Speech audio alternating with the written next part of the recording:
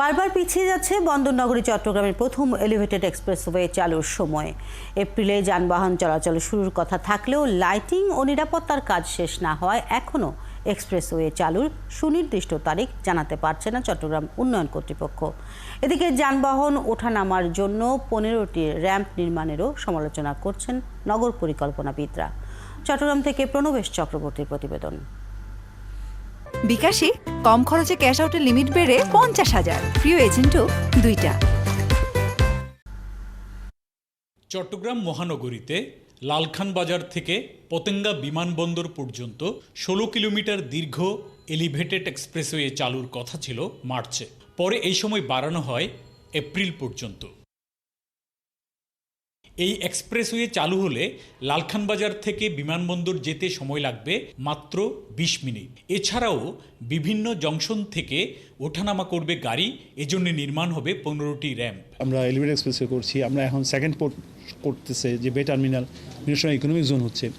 তো ওইসব বিষয়ে টার্গেট রেখে আমরা কিন্তু এলিভেটেড এক্সপ্রেসওয়ে ডিজাইনটা এমনভাবে করেছি যাতে লুপগুলো র্যাম্পগুলো এমনভাবে নামিয়েছি যাতে যেগুলো গুরুত্বপূর্ণ জাংশন ওই জাংশনে কিন্তু আমরা র্যাম্পগুলো প্রোভাইড করেছি। তবে নগর পরিকল্পনাবিদরা বলছেন এত বেশি র্যাম্প থাকলে যানজটের ভোগান্তিতে পড়বে নগরবাসী। এছাড়া এক্সপ্রেসওয়েতে দ্রুত যানবাহন চলাচলেও বিঘ্ন হবে। কিন্তু এক্সপ্রেসওয়ে কিন্তু শহরের এক প্রান্ত থেকে আরেক প্রান্তে মানুষকে দ্রুত গতিতে নিয়ে যাওয়ার বিষয়, এবং সেক্ষেত্রে স্বল্পতম সংখ্যক র্যাম্প থাকবে।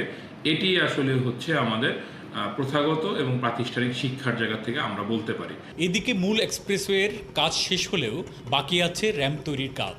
শেষ হয়নি লাইটিং ও সিসিটিভি স্থাপন। কোরবানির ঈদের আগে সব কাজ শেষ করার কথা বললেও যান চলাচল শুরুর কথা জানাতে পারছে না প্রকল্প কর্তৃপক্ষ। সেফটি সিকিউরিটি এনশিওর করতে পারেনি এখনো।